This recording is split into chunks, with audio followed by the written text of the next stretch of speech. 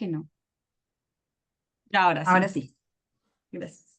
Bueno, pues estamos en nuestra reunión mensual de WARMI y hoy tenemos el gusto de tener a la doctora Marcela Weisman Campos en nuestra sesión.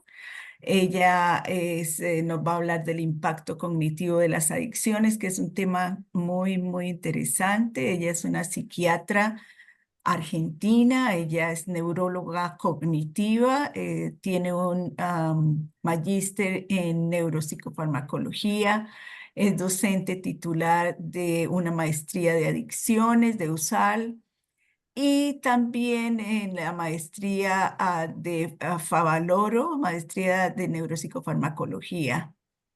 Ella también es la presidenta de la sección de adicciones de la Asociación Argentina de Psiquiatras.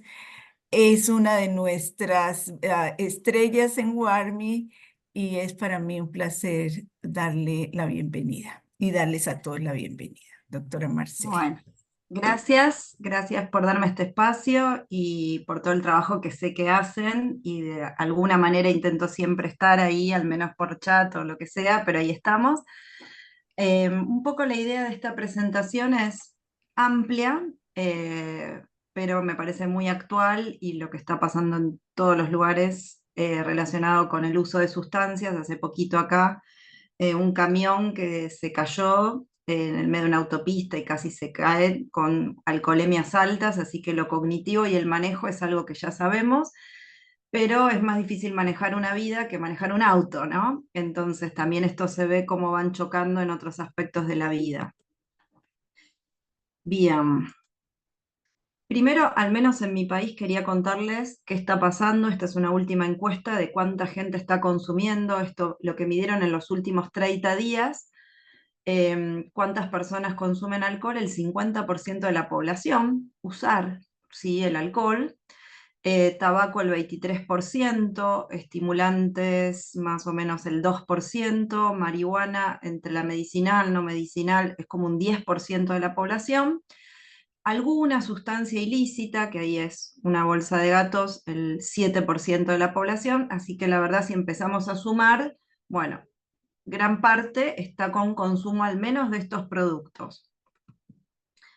Y aparte tenemos, a mí me gustó esta página que se llama X Street, que lo que mira es qué se está comprando de manera ilegal, que busca la gente en la web y compran en cada país. En la Argentina esto no lo tengo, pero sí al menos que pasa en Estados Unidos y en cada una de en qué ciudades se accede a estos productos y básicamente son estimulantes y depresores con distinto nombre, color y tamaño, pero esto es lo que buscan y finalmente la gente no está ni arriba ni abajo, están desregulados, ¿no? Que es un poco lo que producen todos estos productos y que después cuando vienen al consultorio quieren como que uno frene y volver al basal y no es lo que está pasando, ¿no? Porque yo estoy tocando circuitos y así como la comida, ¿sí? A medida que la voy incorporando, se va guardando ahí en mi cuerpo, no desaparece, bueno, estos productos lo mismo, se van acumulando.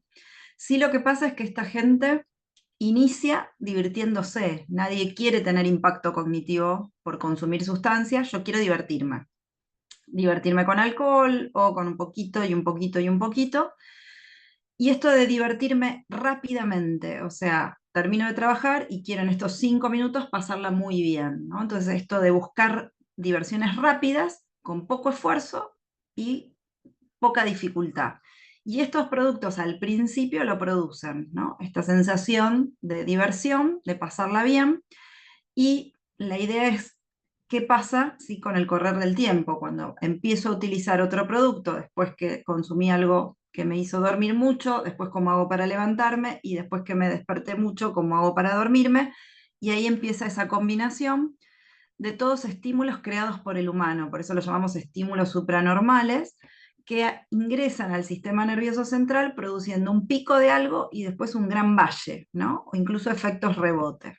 Entonces, las drogas psicoactivas es cualquier sustancia que afecta el sistema, la mente, el cerebro, y que induce dependencia y manifestaciones negativas. Tenemos los estados de conciencia impacto emocional, impacto motivacional, conductual y cognitivo. Yo solo voy a hablar acá de cognitivo, pero sí tenemos que pensar que en esta misma población con impacto cognitivo también está desregulado en sus emociones, también tiene cambios en la motivación, etc. Este concepto de preadicción que Nora Volkow trajo el 2022, esa cuenta justamente de esto, que los primeros consumos ya se ven cambios cognitivos. Entonces yo no necesito ver toda la enfermedad con el craving, la dependencia y toda la enfermedad plena para empezar a ver estos cambios. Y por eso el concepto de preadicción incluiría los trastornos por consumos leves y moderados, que ya ahí empiezan las primeras neuroadaptaciones. Y ese es el momento adecuado como para ya poder intervenir. Por ejemplo, ya van a tener más accidentes, van a tener más agresiones interpersonales y van a tener más muertes por, acá le puse sobredosis, aunque no hay dosis de esto, ¿no? En realidad es justo cuando yo lo consumo, la respuesta de este corazón, ejemplo, infarto.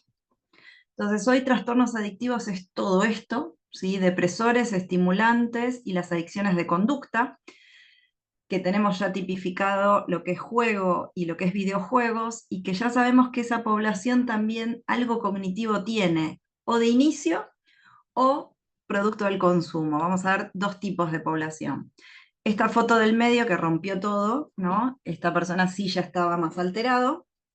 Y después tenemos también los jueces que nos mandan estos pacientes para decidir si pueden o no manejar su dinero, por ejemplo, porque tienen cambios cognitivos. En la intoxicación es obvio que van a tener alteraciones cognitivas, pero el problema es que esto persiste en el tiempo. O sea, esa severidad, ¿sí? Que todos vemos intoxicado y que es lo que hace que yo no pueda manejar. El tema es que pasa el tiempo y no todos los pacientes revierten a cero, sino que interconsumo siguen quedando con daño cognitivo. Depende del producto. La marihuana hoy hablamos de 2 meses que le lleva, ¿sí? Volver al basal, si es que tuvo un basal bueno, y la cocaína puede llevar 6 meses, ¿no? Entonces, no es que paro de consumir y al otro día ya estoy en condiciones o de trabajar o de estudiar, ¿sí? O de utilizar mi sistema cognitivo. Y lo que estamos viendo es una población cada vez más joven que cada vez consume más productos y que justo es la edad en donde tenemos el desarrollo cognitivo y también tenemos la aparición de enfermedades mentales, ¿no? Entonces ahí vemos lo que hoy llamamos patología dual, que sería el desarrollo de una enfermedad mental y cabalgando adicciones, que hace a la severidad clínica que luego se puede ver en las calles de algunas ciudades, en donde estos pacientes finalmente quedan afuera de los sistemas. Los dos momentos claves para impacto de las adicciones es gestación y en la adolescencia. Son los dos momentos en donde más tenemos que lograr tener prevención, porque esa va a ser la población que va a sostener luego y va a estar como facilitado el que continúe consumiendo. Por eso todos los carteles de mayores de 18, el consumo, etcétera, es darle tiempo a este cerebro que desarrolle lo mejor posible para que frente a una anoxa minimizar el impacto. En algunos decimos 18, pero en este último congreso de patología dual estaba el doctor Vieta hablando de cannabis y bipolaridad, y él lo que decía es que la marihuana debería ser prohibida para menores de 25, y ponía ese punto de corte para salir de la zona de riesgo de la psicosis. Entonces, que si yo, al menos de la psicosis, ¿no? Por ejemplo, que deberíamos, si sale al mercado, debería salir con ese detalle. ¿Para qué se consume? Y algunos pacientes, francamente, es para mejorar el rendimiento cognitivo. Entonces ahí tenemos ya una población que o busca, ¿sí? Ya tenía daño cognitivo y quiere estar mejor, o para automedicar un trastorno neuropsiquiátrico, o para afrontar el estrés, o para facilitar la interacción social. Entonces esta conexión entre función cognitiva y consumo de sustancias puede ser previa, alguien que consuma para mejorar su estado cognitivo, o por consumir sustancias en algún momento aparece este impacto. Con respecto a lo que es vial, no me meto, pero sí hay todo el tiempo discusiones si es alcohol 0, alcohol 0.5, si consumo cannabis, si es medicinal, si puedo igual manejar o no. Entonces cada país está ahí siempre decidiendo cuánto yo puedo consumir y manejar, ¿no? Porque la gente quiere las dos cosas. Y lo que se vio es que aumenta todos los accidentes viales, como mínimo. El ejemplo del alcohol cero, en las ciudades en que se instala el alcohol cero, básicamente baja mucho todos los siniestros por consumo. Entonces, esto es la discusión, no solo definir si quieren discriminalizar un producto, etcétera, sino qué van a hacer con esto para disminuir accidentes viales.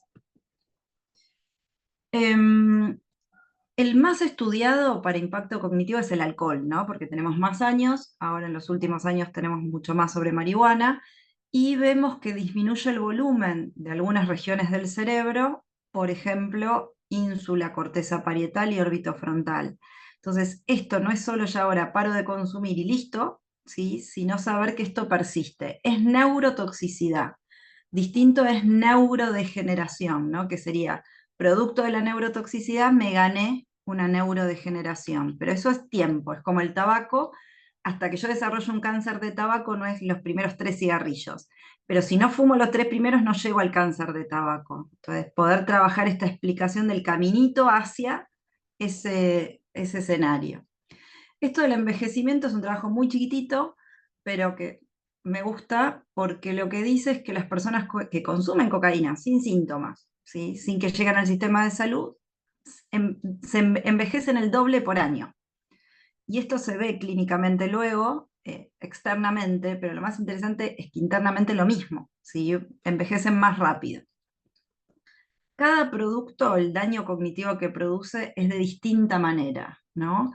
En este caso del cannabis es por cambios a nivel del glutamato, cambios en acetilcolina, en la activación de los receptores a nivel mitocondrial, o sea, de distinta manera, así como sabíamos bien el alcohol, por qué produce, ¿no?, el daño, cada producto, y lo que tenemos es que sumar a aquellos que consumen, como hoy policonsumo, alcohol más cannabis más, ¿no? Entonces de distinta manera, por eso se ve tanta severidad e impacto cognitivo.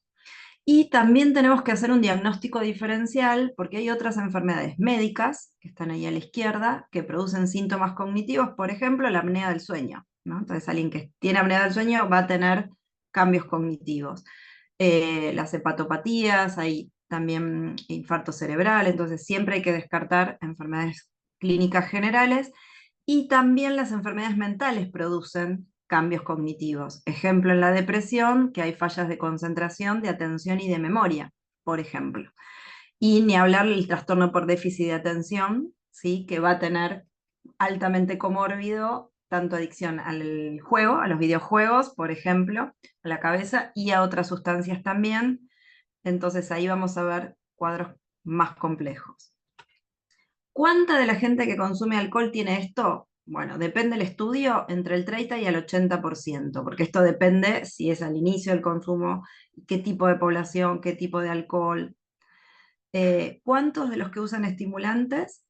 Cocaína, 30 al 50%. Entonces es bastante, los vamos a encontrar a estos pacientes si los salimos a buscar. Lo que va a pasar es que esto podemos ver ciertos comportamientos e interpretarlos mal. Por ejemplo, el paciente no quiere venir a mi consultorio, ¿no? No quiere.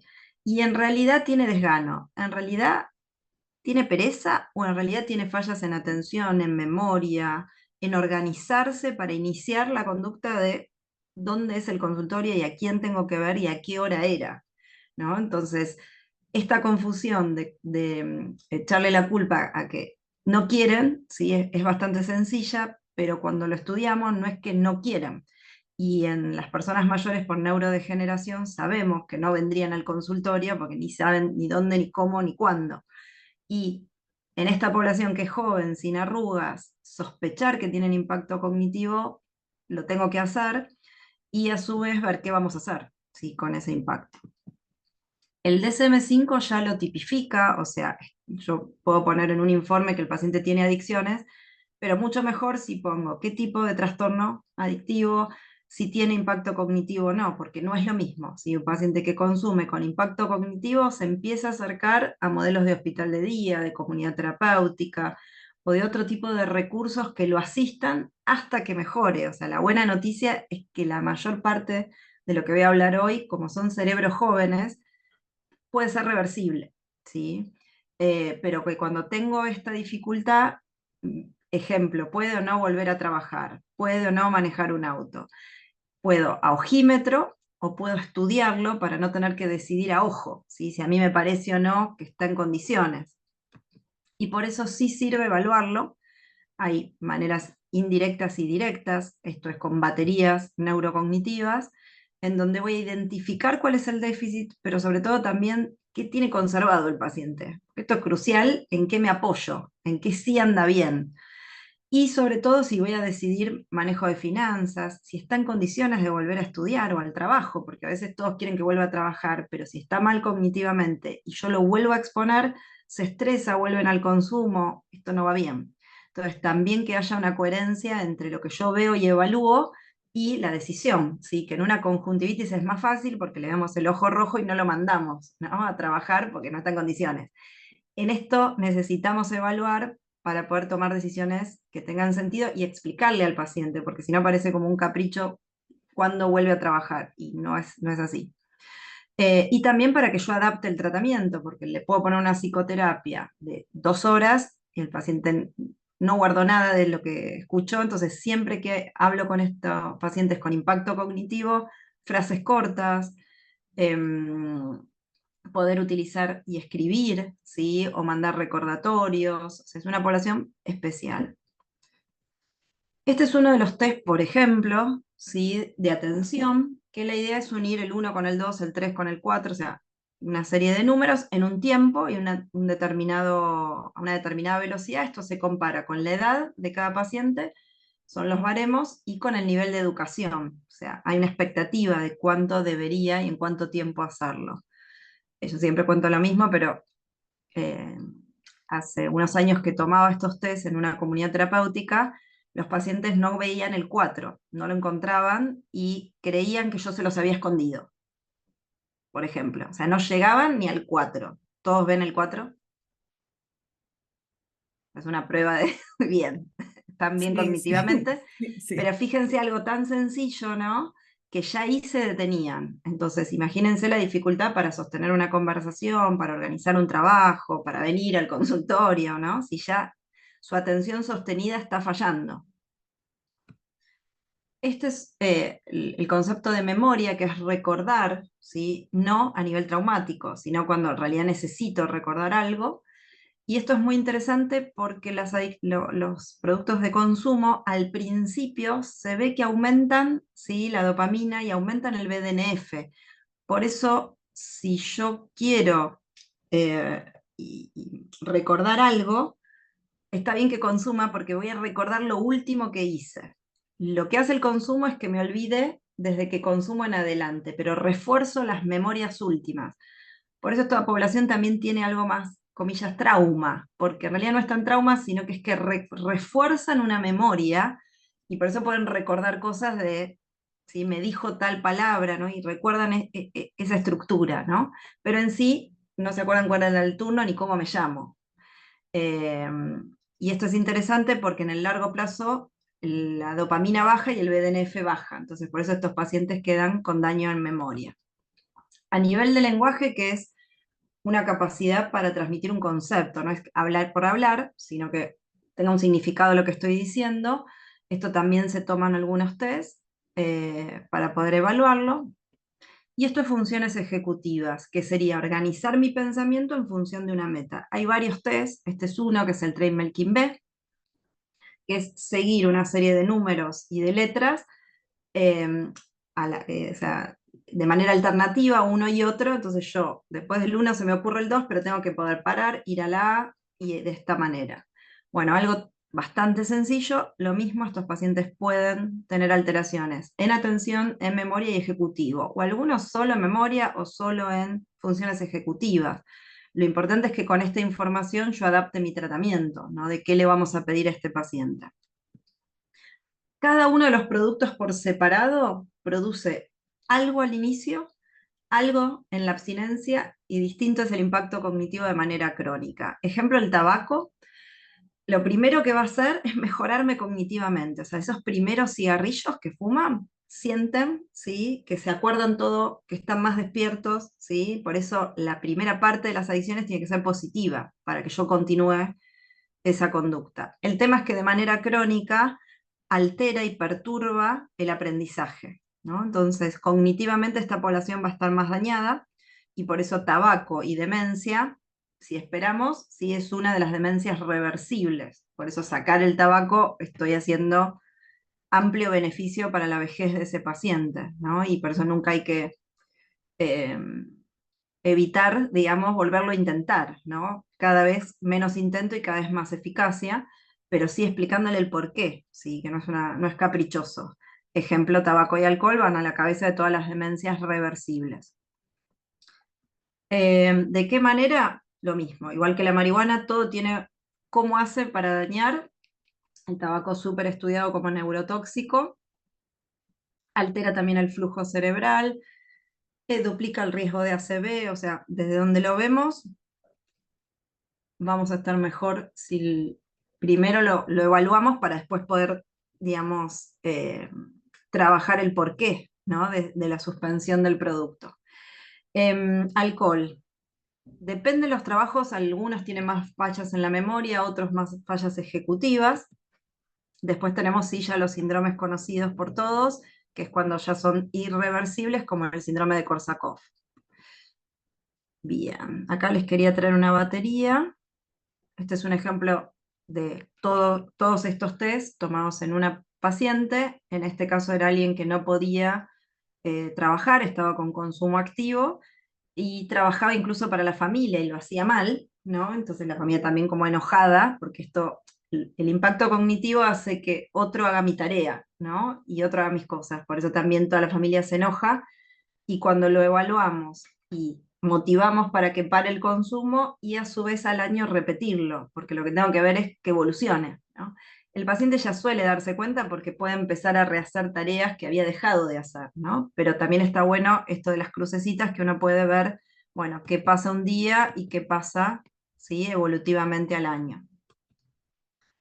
La marihuana y las fallas cognitivas la tenemos en atención, en memoria y funciones ejecutivas, depende de los test. Lo interesante es que ya en adolescentes se ve este daño, ¿sí? No es como el tabaco que a veces hay que esperar un poquito más para ver este impacto, sino que tempranamente esta población es un depresor del sistema nervioso central y por lo tanto sí, se va a complicar prestar atención con un depresor.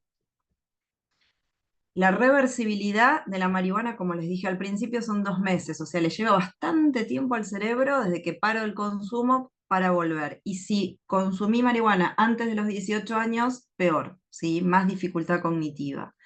Sí van a ver que hay una población que consume mucha marihuana, mucha 2, 3 por día, y sin embargo no están tan dañados cognitivamente. ¿Qué significa? Que en algunos pacientes puede haber tolerancia, que otras neuronas se ocupan, digamos, de reemplazar y de actuar, pero en esa población que no vean impacto cognitivo suelen ser más impulsivos.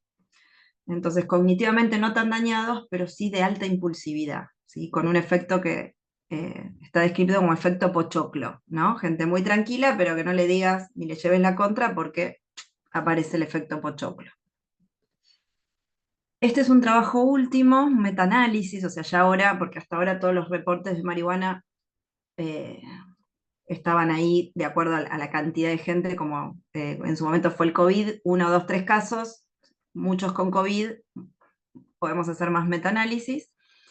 Y lo que me gustó de este estudio es que ahí abajo, no sé si ven personas sanas, que usaban marihuana para lo que quisieran, ¿sí? Y en realidad el impacto cognitivo se vio en todos los estudios.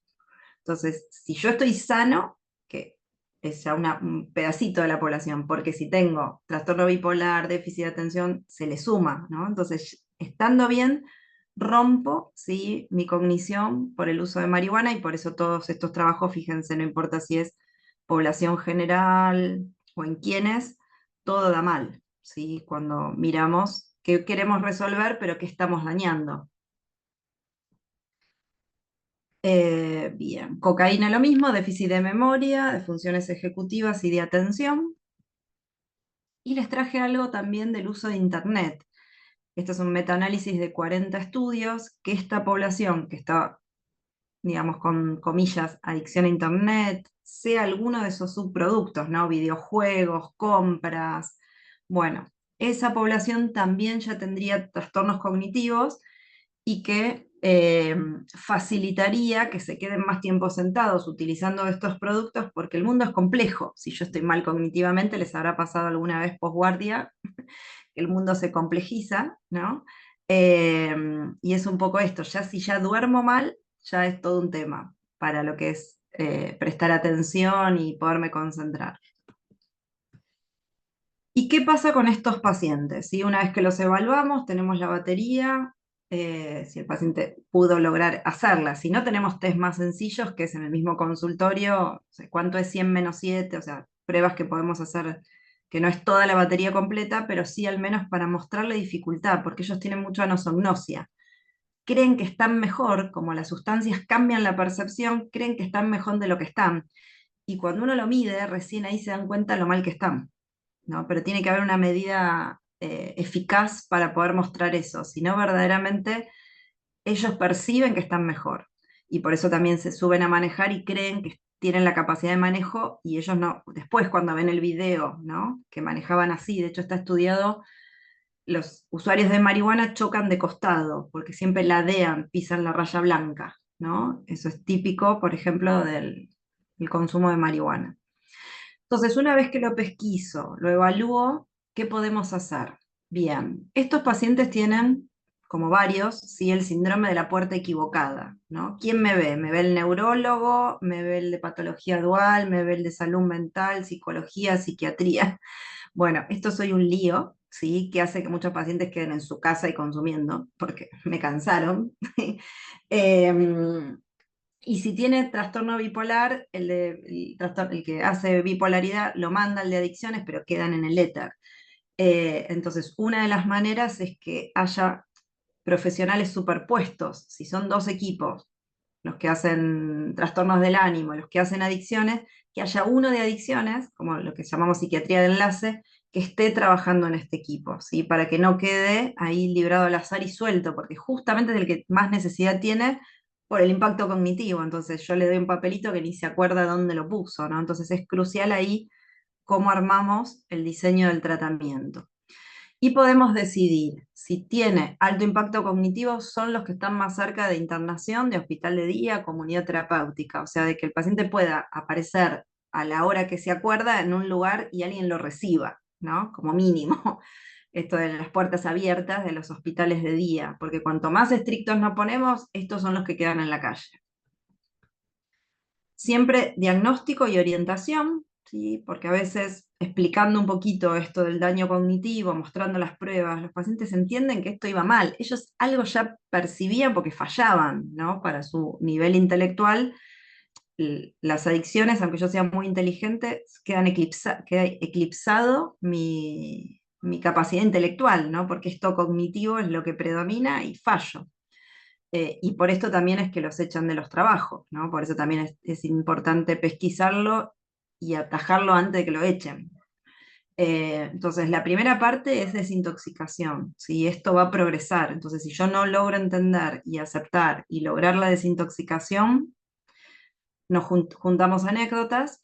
La segunda parte es deshabituar y la última recién es la reinserción. ¿Sí? Que esto a veces yo puedo reinsertar al paciente. Ejemplo, un médico neurocirujano que no está en condiciones de volver al quirófano, puedo reinsertarlo en algunas actividades de menor dificultad, ejemplo, dar clases, ¿no? O algo que sea una tarea más sencilla, porque si yo lo expongo va mal, va a fallar, otros se van a enojar, entonces esto también es importante para la decisión de cuándo y cómo. Otra de las cosas, hay estrategias que podemos hacer, por ejemplo, que cuando estoy hablando con el paciente no haya gente que entra, sale, ruidos, porque todo eso distrae, ¿no? En alguien que tiene fallas de atención sostenida, tener contacto visual, si yo estoy llenando la historia clínica, a estos pacientes hay que mirarlos, ¿sí? Y si puedo vestirme de color azul mejor para que me puedan ver y a veces pararse o hacer alguna, yo a veces les pongo música de lo que a ellos les interese para conectar, y siempre repasar, si yo les digo algo es, ¿qué entendiste? Y ahí se van a sorprender porque, ¿sí? Puedo decir una frase y, uy, me perdí, pero siempre evaluándolo y lo mismo escribiendo, ¿sí? O mandando recordatorios o un yo auxiliar, que sería un familiar, un acompañante terapéutico, o sea, alguien transitorio, o sea, no es la idea que el paciente siga consumiendo y deteriorándose y aparte poner una T. O sea, la idea es esto de lo transitorio de esta situación. Vamos a valorar entonces cada uno de los ejes para decidir qué tipo de tratamiento, pero la complicación cognitiva tiene que ser parte de mis decisiones, de qué modelo voy a utilizar. Bien.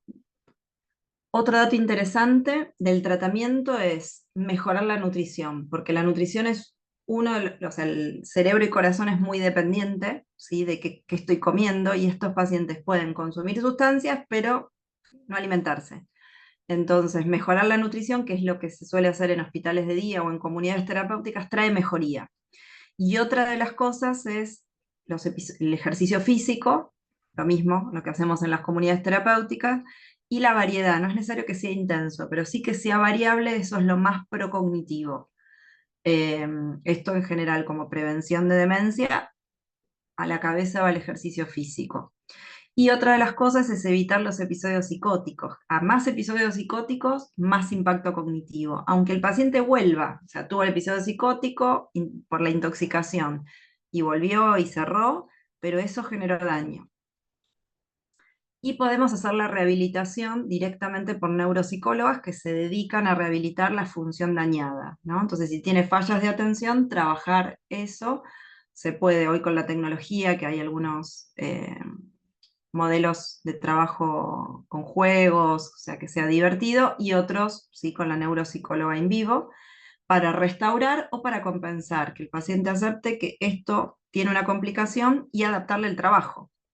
Si era un neurocirujano y hoy esa tarea no puedo hacer, tengo que diseñar una actividad que sí pueda, ¿sí? Y que no lo ponga en conflicto ni en riesgo ni a él ni a otros.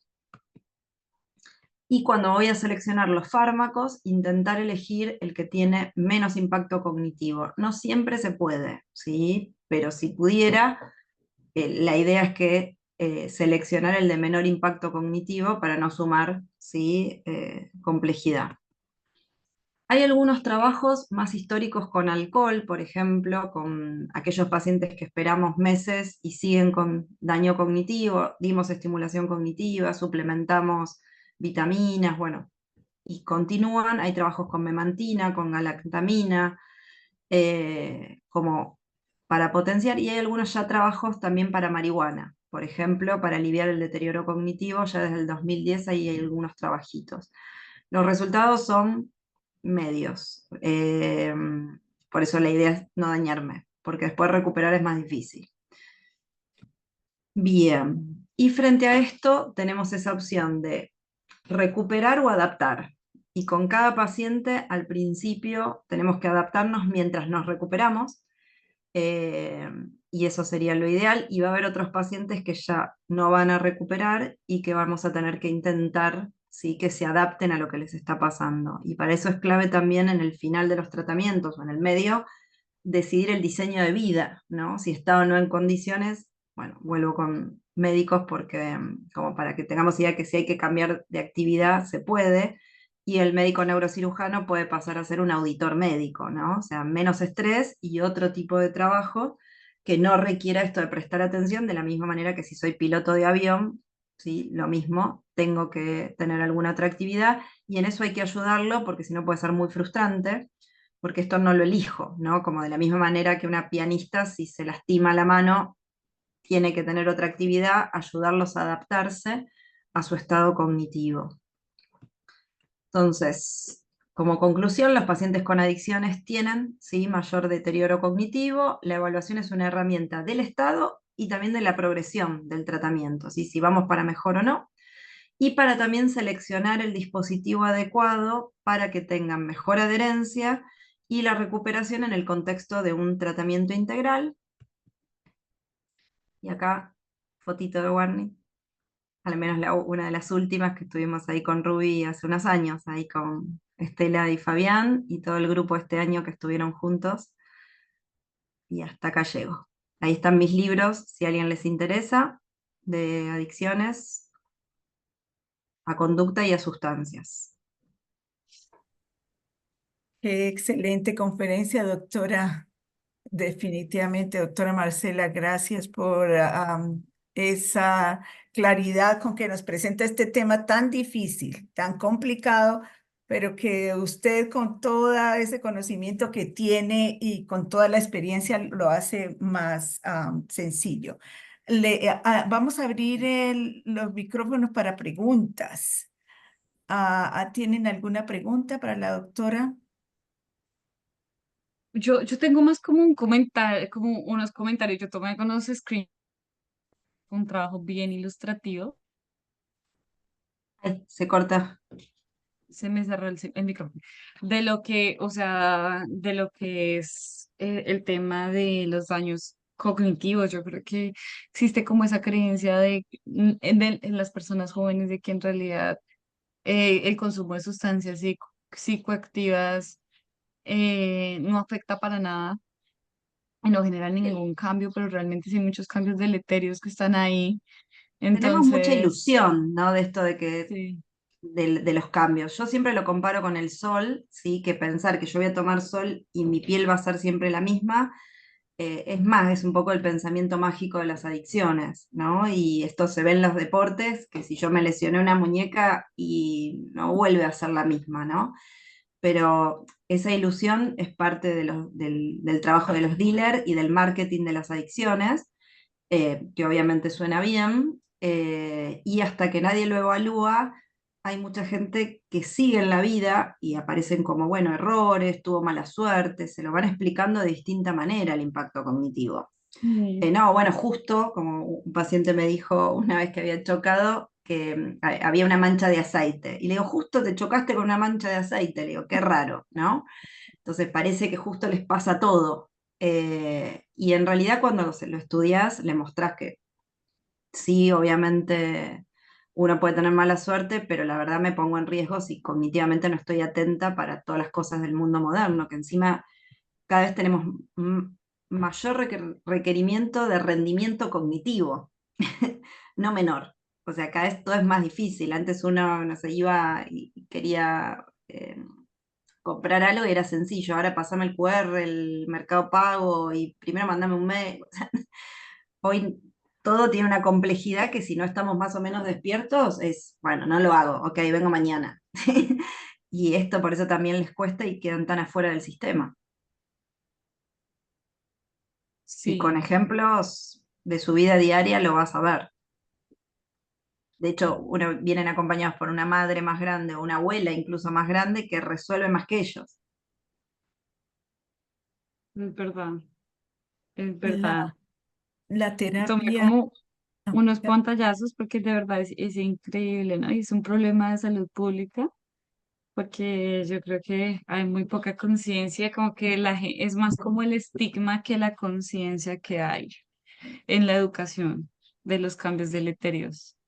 Entonces creo que Hay, eso es hay, como hay algo bien mucha interesante. minimización, ¿no? Salvo en esto cuando está el accidente, como que el día anterior no había problemas, pero el día que yo me accidenté, ese día fue el día del problema, que eso es lo raro, ¿no? Que la verdad que la gente de diabetes, que hace mucho prediabetes y la glucemia, hoy la gente no sé por qué, pero ven la glucosa y se preocupan, ¿no? Lo que nosotros no estamos logrando es eso, que los que hacen diabetes lograron, que la gente viene, uy, me dio mal la glucemia, por eso a veces también lo de medirlo, para que esté esa pesquisa, porque la verdad yo no sé cómo estoy de glucemia hasta que no la mido, y esto de creer que la gente tiene que saber cómo está cognitivamente sin medirlo, es un error nuestro. Sí. Un Ahora hay otra cosa comentario. que... Ah, perdón. Ah, no, Sí, no. hola Elia, ¿cómo estás? Bueno, gracias. Hola. Un saludo para todos, a Ruby y muchas felicitaciones a Marcela. Realmente es una ponencia pues muy bien sustentada porque este es un tema muy difícil de trabajar en la clínica en un tiempo, durante muchos años, y en los últimos años pues se ha podido con todos los test neuropsicológicos, con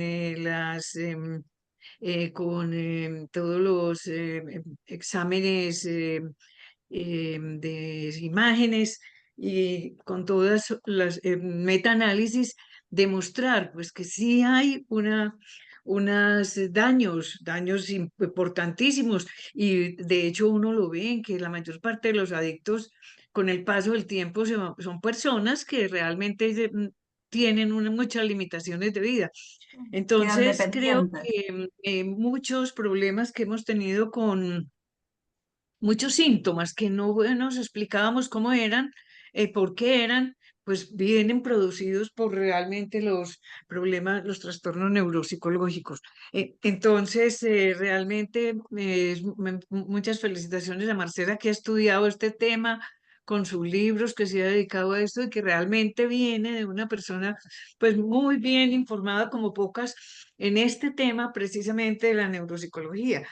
De manera pues que muchas Gracias. felicitaciones a Warmi por incluirte en estas presentaciones, y también me gustó muchísimo tu presentación. Gracias, Silvia. Hace muchos años me acuerdo de un libro, allá a lo lejos que participé y está este tema, así que venimos hace años trabajándolo. Ajá. El doctor Aram tiene la mano Sí, alzada. Vamos. ¿Qué tal? Aram Nava de Monterrey, México. Es mi